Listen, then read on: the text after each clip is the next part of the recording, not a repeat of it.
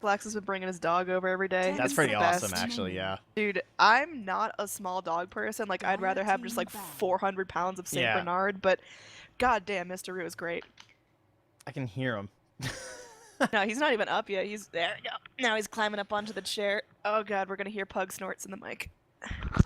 Oh, All right. they're such a weird animal, actually, but they are adorable. Oh, he's the sweetest. Slardar picked up for 10 DC again, seconds just a really nice remaining. stable offlaner. Really surprised he actually made it this 5 far in again. seconds We are halfway remaining. through the drafting game too. No bans or picks. Yep, super solid. Again, Reserve DC are on the time, Radiant Radiant side here, team so ban. it's a little easier to dive that mid laner, and we'll probably see Moon do the same thing, right? Where if he has a little bit of a rough time up top, someone like a Shadow Shaman, very nice against solo off laners.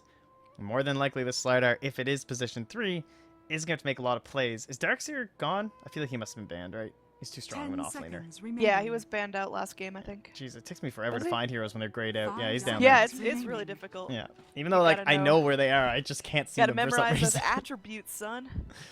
But yeah, we won't get to see the Iron Shelled position 4 Radiant Slardar, team so... pick. What? Oh, there goes our Undying. Throw Does over Undying Kaipi. not have an icon for you? What? No, he's there for me. Alright, Undying is a large black square on my screen. Well, he's pretty fantastic in early push strats too. Get that tombstone up behind the tower, very difficult to deal with as you're sieging, so 10 they can seconds basically like remaining. rely on cooldowns of tombstone and tombstone and wards and 5 just like seconds run it remaining. inside of DC currently. I'm gonna start calling Tombstone Tungsten from now on. Thanks, man. Reserve No time. problem. I gotcha. All right. Pick number 3 for DC. Again, you really got to find the synergy with that Warlock. You picked him off, so Kaipi know exactly what's going down. They're going to be trying to work around that chaotic offering. We'll see what else they're going to be bringing in here. They got to pick someone team fighty. They've got the mini Ravage coming out of Slardar if he gets a nice early blink. Of course, Golems drop down, going to be doing a little bit of damage, a little bit of push, but DC still got to find that position 1. Figure out who's going to be doing the brunt of the work. Yeah, they banned out the TA themselves in terms Now they're of all like black physical. squares. Oh well, mine are still showing up at least. So that's good. You can probably Booga. refresh. Hopefully I it'll save can't. There's a yours. pug on my lap. Crystal Maiden gonna be picked up. I really like this choice for DC. I think just getting that arcane aura, getting some more expendable mana 10 means that DC seconds can go for something remaining. crazy here. Radiant team Sven position 1, I feel like, is not out of the question. Yeah, like someone to use this amplify damage would be nice. Now Shadow Fiend 2 here for Kaipi. Oh, They're really getting some nice 5-man Dota going on here. Dire team banned. Just grouping up using that aura, and it will be the Luna. Nova. Yeah, she snuck her way into game number 2. That's a very nice combo. With the Slardar, helps amplify, like everyone has boosted damage thanks to Lunar Blessing, so it just just by that virtue, increases the value of amplified damage. So this more than likely means we're just looking for our 10 last seconds mid-hero here. I remaining. don't think it's going to be the mid-Warlock, so should be Viper. fine. 5 seconds remaining. I want to see some love for Viper here. Everyone thinks he's just absolute garbage. I think he's Reserve somewhat time viable. banned. I would expect something like maybe a PA or something that takes advantage of amplified damage again. Something that can snowball with the Slardar. Someone who can like work with the Luna. Maybe they do need someone with an aura or a mech builder like a Viper though. That could be decent. If there were better heroes on the side of Kaipi up against like for a Necrophos, I'd almost say that. 10 seconds remaining. What else is left? It's a classic Weeha 5 hero. seconds remaining. He's not really Meepo. known for his puck. Yeah, and Meepo got banned in the Banned first out phase, game sadly. 1. Yeah, Reserve time. Radiant team pick. they banned the Ursa. I mean, they could go back in for like a mid PL, but it's weird and not really synergistic with what they got going on. They just need someone to come in and really capitalize. Luna's going to be bringing a little bit of damage with her right clicks, but they still need more physical 10 right seconds clicky remaining. DPS. What 5 about like a seconds mid silencer? Reserve time. Wouldn't be the worst. I mean, it's good if you can like stop on Dying from being at Tombstone and stuff. Yeah, I'm just DC right now have a ton of magic damage, so if you build BKBs, Kaipi doesn't have a really BKB-ish lineup. Shadow Fiend, not exactly rushing it out All right, first item. It's gonna be a mid-weaver. Mid-weaver, you're Yeah, calling that's it? it, that's for, my last for one. we? Dire team That's All the right, PA. well, Damn it. you got it wrong. Should have went with I my trusted my you, first Montax. guess. The very first thing that I said when the Slardar came out. Sure, PA, I believe you. It's all the good. hero. She's pretty good against Shadow Fiend. You don't get that much value out of Blur, though. Like, obviously, you can spam with the dagger, but then he just raises you, and Blur's not going to 10 save you from seconds that. So, remaining. rotations come in. Weehawk could be in trouble. But he can just play cautious. 5 And again, seconds Moon's remaining. probably going to be there, too. Every once in a while. And you have the aura to let you spam daggers nonstop. Reserve time. They're dipping into reserve time. Wraith King gonna be coming out here. So Kaipi, they're bringing in the big old bruisers. That's really That nice is here, actually. That's a- sick. Ambitious play. Good God, I like it. Their auras are disgusting because they have the minus armor aura going. Now they're going to have the heal aura too from the Wraith King. 5-man Dota's gross. What's your answer to 5-man Dota right now? It's Warlock. Like when we see these Drow lineups and stuff, teams are going in for this big chaotic offering right on top because it has really decent range considering, like, it's not like Ravage where you have to like blink in to get it off and get a really nice perfect 5-man one. Warlock can just stand at the back, just walks up, throws that baby down, golems start going to town.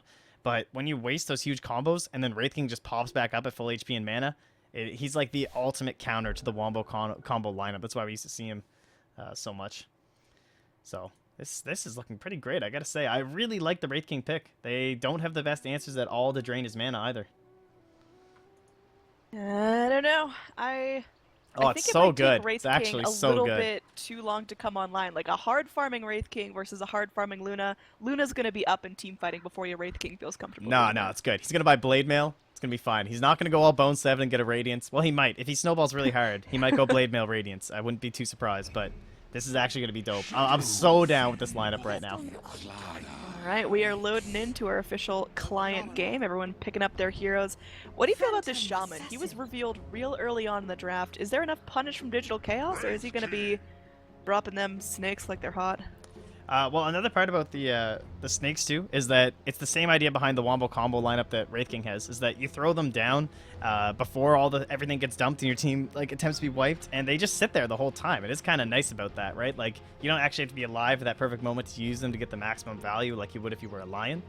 So it's nice. They just kind of sit there. Like sure, you threw down your golds and stuff, and my Shadow Shaman's dead, but at least his wards are still right clicking on you when my Wraith King stuns you because he's back from the dead. Alright, just waiting on Kaipi to grab up their Sand King here, and we should be loading in. Oh, Anything- this Wraith King's so good. Annie, Oh. this Wraith King. Bot packs. It's so good. Like, he's going to build Blade You're- Mail against PA and Luna and Slardar. Like, I'm so down right now because it's never a good Wraith King game. I love Elimination mode. It's the best. It's the best. Woo! Alright, so you're just high on Wraith King right now. I got really some am. serious faith in DC. No, this is easy Kaipi. Like, so easy. It's never been as easy as it is for this Wraith King right Whoa. now. Look, they know it's so easy, they're giving it to 3-3 because they're like, Bone 7, we're not really sure what you're going to do with these item builds, so we're going to have to let Mr. 3-3 take care of this one. You can go be experimental on the Sand King. Alright, loading in. Again, this is going to be game number 2 of DC versus Kaipi here in elimination mode. Everything's getting quirky. DC do have a 1-game advantage here, so hopefully they can try to make this a 2-0. If not, Kaipi, they're going to be fighting to the bitter end. Smoke Gank coming in here. They're going to get their smoke popped look off at on this that. Warlock Saksa. He's going to be crawling through the trees, so really nice vision for him. If they can actually bait out a couple of Kaipi spells, it's totally worth his time. And now DC know exactly where Kaipi are on the map. They have the chance to react to this. Probably not going to find themselves bot ruined, but DC do not lose anything there. No, yeah, they can just now fully adjust and start heading up to the top rune. They don't have enough heroes to fight this, so well done. Really nice setup there. Just knowing that Kaipi, or at least assuming Kaipi were going to go for it, but you can see right now Bone 7's pinging like they must have a ward here, right? So yeah, immediately Oh saturate. god. Mr. Roo farted. It's terrible. It's so bad. Oh god, I need some air. The things that can happen when you when you're not doing begins. camera. Oh my god. It smells like death. What the fuck, Mr. Roo? What did you eat? Meanwhile, we have a Wraith Fire Blast coming in. But Sukiara can have some shackles on her PA. She does not have her Phantom Strike. Her Blur helping her out there. The Mischance doing what it can. We will get away safely. Meanwhile, in this bottom jungle, Saksa finally gets initiated upon by Kaipi, but he's just going to go ahead, Shadow Word himself up, and heal right back near full. So it does look like it'll be this little dual off-lane play. Obviously, whenever you have a Wraith King, it's kind of the idea. You want to apply some pressure. You want to be bullying people. So Tri-lanes are where you want to be.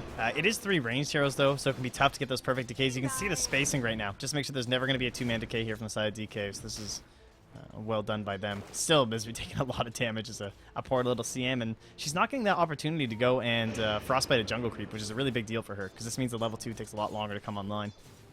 Yeah, Kaipi's vision right now is pretty great. They're scouting out all these rotations in the top lane.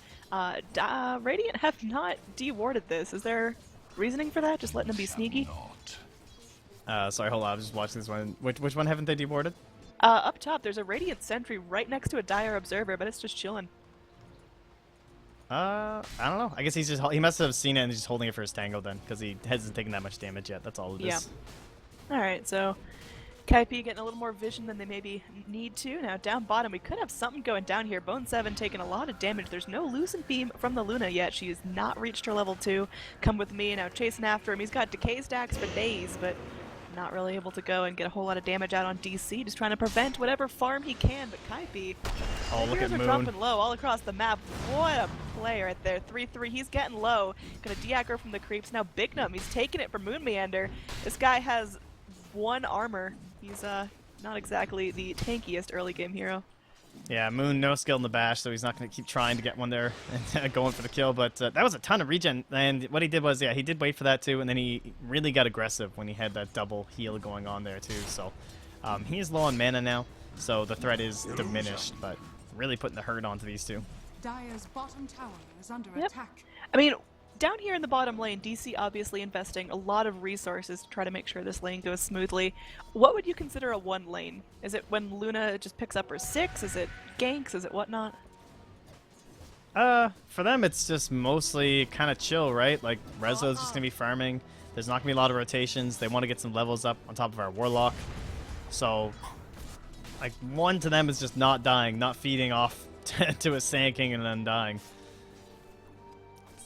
Again though, Misery, like, this is kind of sad for Crystal Bane. You always really want that earlier point in Frostbite so that you can be in the jungle and abusing that kind of stuff, but it's a sad life.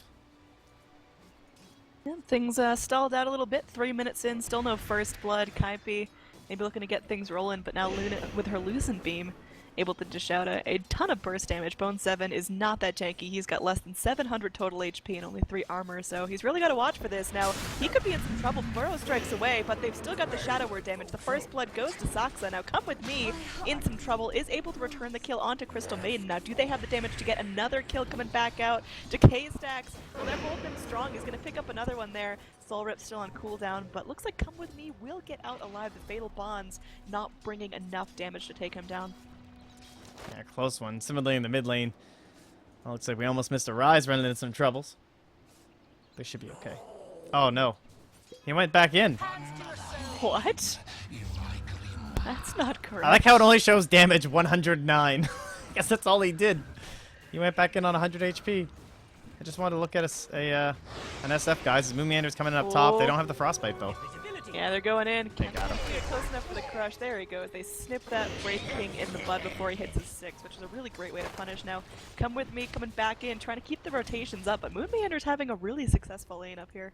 They have an Invis rune on Bignum too, coming in mid on the Weehaw. So level 2 raids. He wants level 5 first. Yeah, he'll take the raises. So they're going to set this up for at least a double raise just with a shackle. Oh, that's we a think mistake. he's being clever, and he is going to go ahead and get shackled up, and they just drop the Faith Fire Blast. Long range raise. We'll clean that up.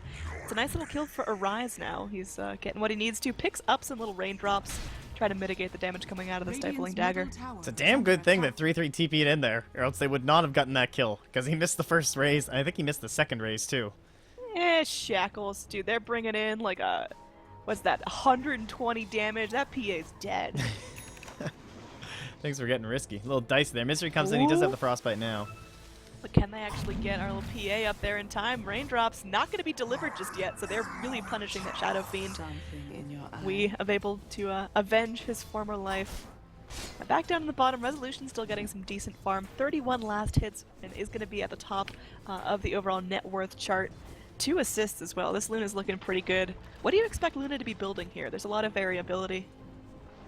Well, I think it definitely depends as to how the game's going at the point where she's actually into the gold. Like, the Helm of the Dominator, what kind of heroes they have to contest stacks. They actually have pretty good ones in the Undying.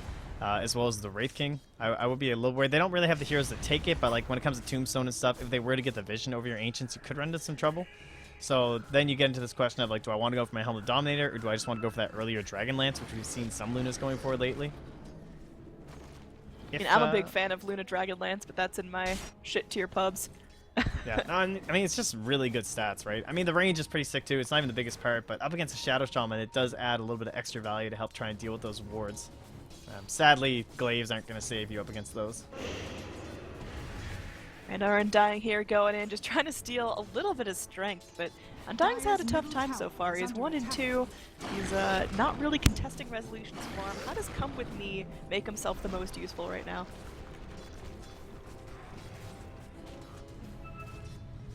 Sorry, I just realized that he died to the Fatal Bonds. I thought they'd already expired, or like I thought that all the targets were gone, but that's how Come With Me died that time. So, my bad. Except, didn't I click his... whatever. We're not gonna worry about it. It's all good, Mop Packs. Yeah, no, it's okay. Some people aren't meant to be observers. Down bottom, it's getting heated here. Our Luna does not pick up her level 6 yet. One more creep and she'll have it, but for now is not able to drop the base. They are going to be rotating up. Misery up here is able to just drop the little Nova. They get the Frostbite here. Bone 7 trying to Burrow Strike to freedom. Again, Luna needs one more creep to pick up her 6. Gonna get it? Totally Gonna fine. get healed up right now. Totally fine, but if she gets that Eclipse, they could probably try to turn things around. There she goes. She's picked up her 6. And there she goes. Just going to be trying to go in on to Come With Me. Drops the first Lucid Beam. Not going to unleash the full Eclipse. They're able to get him down without dropping the ult. So unfortunately, Undying hitting the grave for the 3rd time now. He's got brown boots and a mango. He is looking pretty poor. Yeah, this dual lane has not had the pressure. Well, has it? I don't know. They've kind of saved, of course, Arise in the mid lane. He's not getting totally attacked this game by supports. Not getting roamed on. The off lane's not really helping out either, just because Moon Meander, like the support's been busy down bottom too, so that is one way that's been going so nice for them. Undying rotating back in, and again, Bone 7 does have the Burrow Strike to try to initiate, but looks like Kaipi not giving him too much of an opportunity. Eclipse is still available. Now Warlock doesn't have his Chaotic offering, so they can't really go full team fight on this. They've got to budget themselves pretty carefully.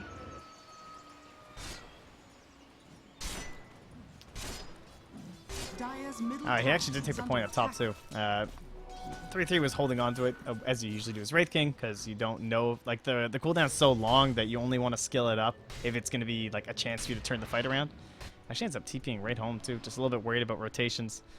They don't see too much of some of the raiding heroes, and well indeed Misery was coming in with an Invis rune, so maybe they spotted him picking that up. Yeah, Kaipi are pretty well aware of this. They know that Crystal Maiden's not there because Resolution is farming so far back right now. And only going to be supported up by the Warlock, who has managed to go ahead and find level 5 3/4, almost going to be at level 6. IP, they're grouping up here.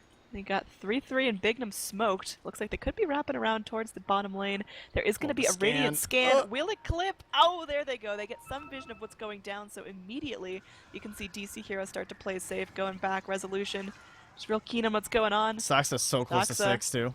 Like, he would love to have that to fight. He really needs that 6, but unfortunately not able to find it. Wraith King does have his reincarnation, so unless they make him force out like 6 stuns in a row, he'll be good to come right back in.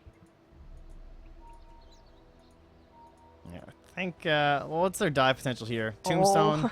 Yeah, they're going to dive this. I mean, they have ulti on a Wraith King. I think it's just too tempting right now, and they've already rotated too many heroes. Oh, Saxa. Alright, he's like basically baiting this at this point.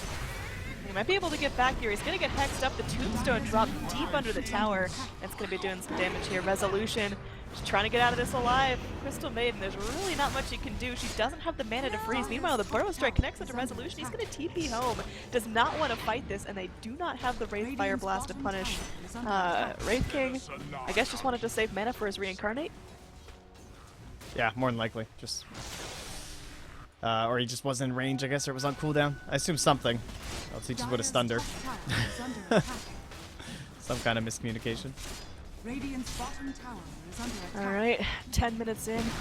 Switching over to net worth here. PA, still top of the charts. Again, we had a lot of space to farm this game. Last game on his Invoker, he really didn't participate in team fights till like the 25-minute mark, and now he's feeling pretty strong. I think Wee's been a little bit underestimated, not really focused down as much as he should have been.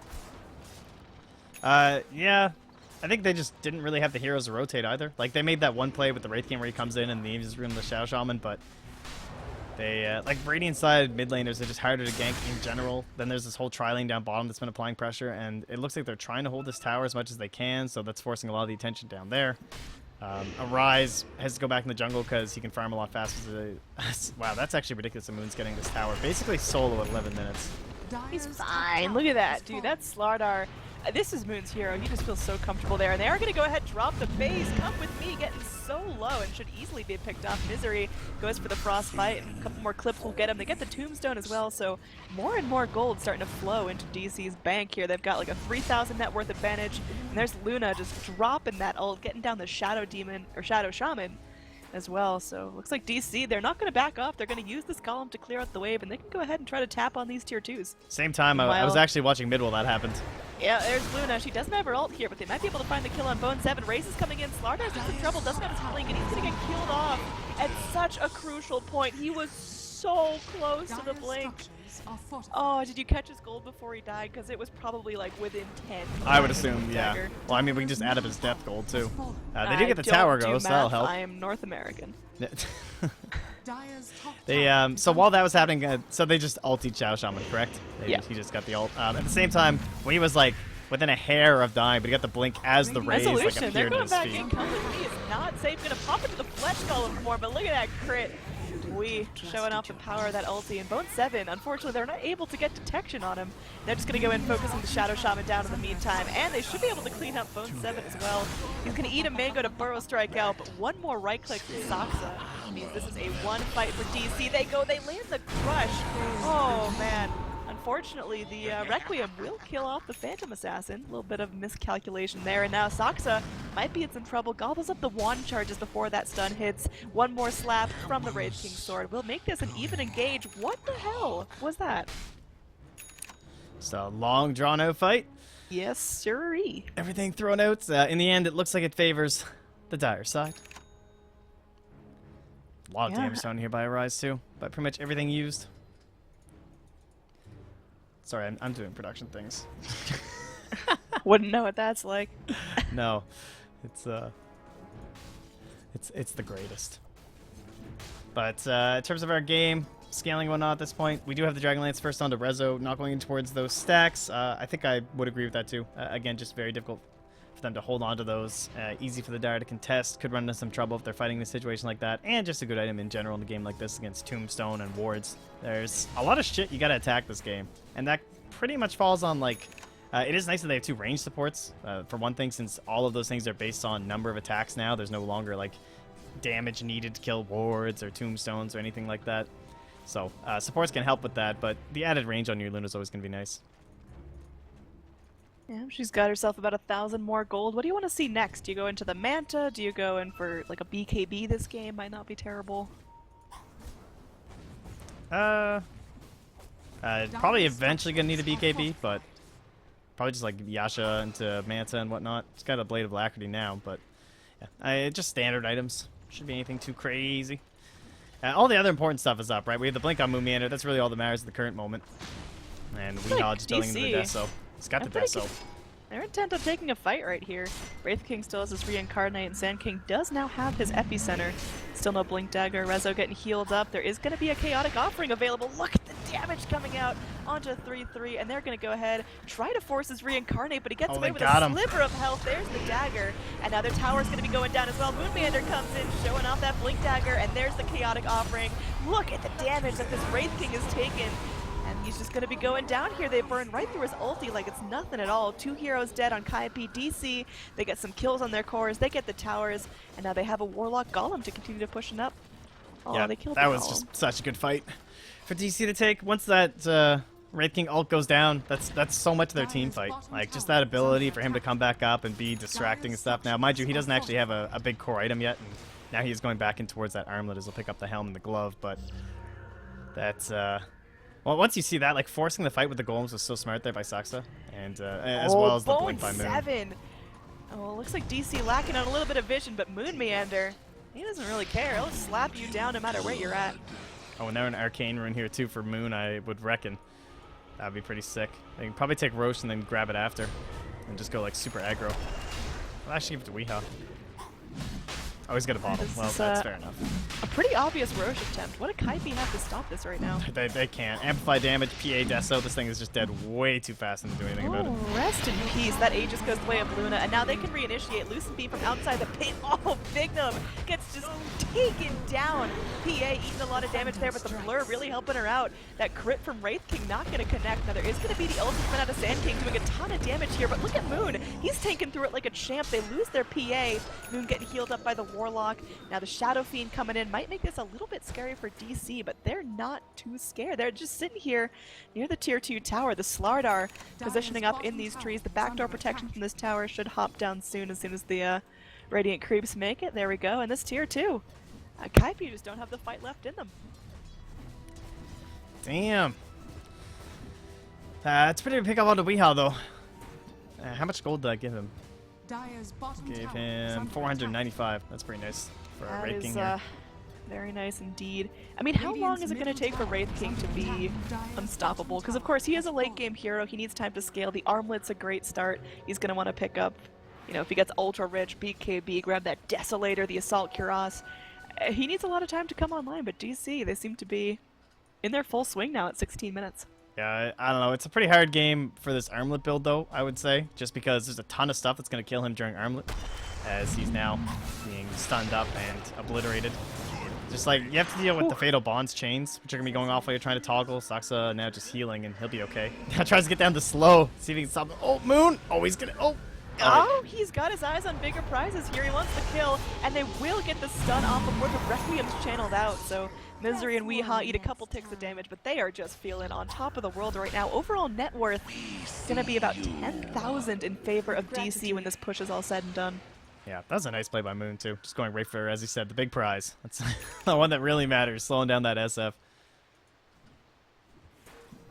Our Shadow Shaman here, he's doing the best he possibly can, but, you know, Shadow Shaman just not really picked up in the competitive meta because he's so squishy. He offers such a limited range of skills here. Yeah, Shackles are great. Hex is neat. The wards are great for pushing, but other than that, he just kind of sits back and steals your XP and doesn't offer a whole lot. You called it out in draft, man. He's a poor man's lion, and they aren't able to get their hands on the lion here, so they settle for second best, and it's showing. I mean, they could have taken a Lion, but I think they wanted the push element. Wasn't Lion community banned? I don't think so. Only defensive supports were. I banned Lion. You're a Lion hater, I guess, but... I'm a Lion lover, dude. That's why I want him out of this. I want EM to get crazy. Well, it's getting a little bit crazy for Kaipi. There's some heroes on their high ground. Now there's a Manta finished up here by the Luna. The Courier brings it in. No Shadow Demon required. Have the slow there if anyone wants to try and contest her. And I think they're just going to start chipping away. They start with the range. This is like, now you don't really want to contest from the Dire, but then she's just going to start hitting your melees. Yeah. Just getting chopped by the glaives bouncing around. He was full health when he initiated. There's going to be Bone 7 coming in. Nice Chrono Strike. The Epicenter dishing out a lot of damage. They already got the mech up on DC. Fresh coming back in, and there's going to be the ult combo with the Warlock column. Oh, God. It's not looking easy right now. Kaipi fighting with a man down. The Sand King still in the face. Does not have buyback. And Wraith King just clean up after his respawn. Luna able to focus down this tombstone rather. And now Shadow Fiend gonna be next up. He's gonna try to channel up his Requiem. Will get nice. Get rooted. And unfortunately, he's just gonna get killed by the Luna. Look at the damage coming out. Moon Meander waiting on that blink. Won't be able to find Come With Me. Moon Meander, please relax. So it is close. 19 minutes. And that's going to be a set of racks going down in the top lane in favor of DC. Easy for them. 15,000 net worth now in favor of the Radiant. Oh, now in the mid lane too. Bone 7, he just TP's in. And he gets like 2-shot, and that's a GG. So we just got hosted by Moonduck, and it's over. Make sure you guys follow the secondary stream, by the way, in case this has to happen again, because we are trying to rush out a lot of games. So I know this is like a newer channel, but if you guys want to make sure you're aware when they're happening, that would be a good idea. DC, they looked good today. They looked damn good. They looked really solid here. You were talking up Kaipi's draft, but man, that Wraith King... No, I specifically, I talked up the Wraith King. Let's be clear here. And Wraith King didn't have an item by 17 minutes, so... home. Yeah, that's not going to be very conducive to victory.